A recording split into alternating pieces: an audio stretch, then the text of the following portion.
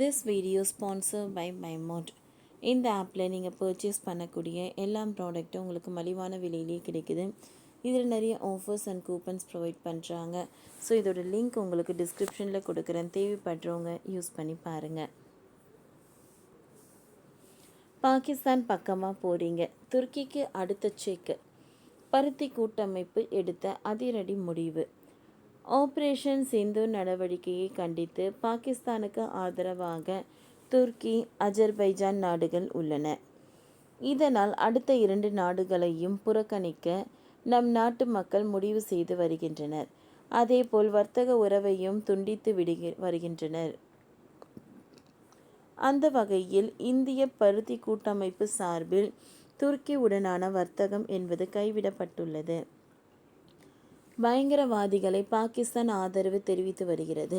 ஜம்மு காஷ்மீரின் பால்காமில் கடந்த மாதம் 22ஆம் தேதி பாகிஸ்தான் ஆதரவு பயங்கரவாதிகள் துப்பாக்கி சூடு நடத்தி 26 சுற்றுலா பயணிகளை கொன்றனர்.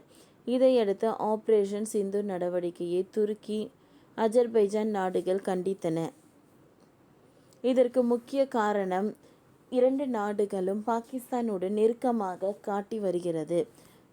துருக்கி ட்ரோன் உட்பட முக்கிய இராணுவ தளவாடங்களை பாகிஸ்தானுக்காக வழங்கி வருகிறது.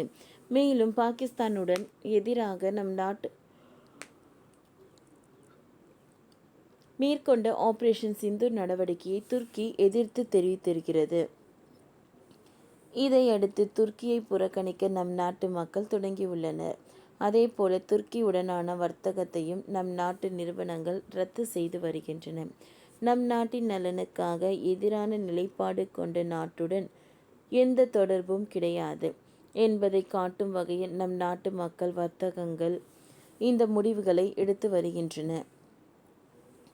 இது தொடர்பாக இந்திய பருத்தி கூட்டமைப்பு சார்பில் கூறப்பட்டுள்ளதாவது: நம் நாட்டின் ஆபரேஷன் சிந்தூர் நடவடிக்கையின் போது துருக்கி நம் நாட்டுக்கு எதிராக நிலைப்பாட்டை எடுத்தது. பாகிஸ்தானுக்கு ஆதரவு தெரிவித்தது.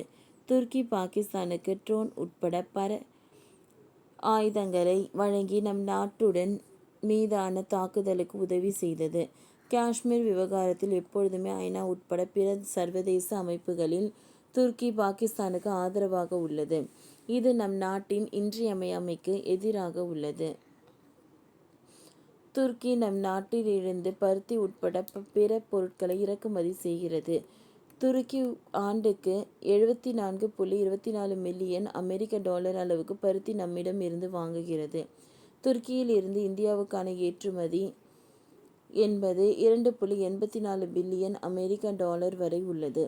தற்பொழுது பாகிஸ்தானுக்கு துருக்கி ஆதரவு தெரிவித்துள்ளதால் அந்த நாட்டுடனான வர்த்தகத்தை துண்டிக்க வேண்டும் என கூறி வருகிறோம் என்று கூறியுள்ளார். துருக்கியை பொறுத்தமட்டில் நம் நாடு மிகவும் முக்கியமான நாடாக உள்ளது. நம் நாட்டை வைத்து துருக்கி அதிக லாபம் ஈட்டி வருகிறது. நம் நாட்டுக்கும் துருக்கிக்கும் இடையே கடந்த 2023-24ஆம் ஆண்டில் சரிந்த 10.43 பில்லியன் அமெரிக்க டாலருக்கு வர்த்தகம் நடந்தது.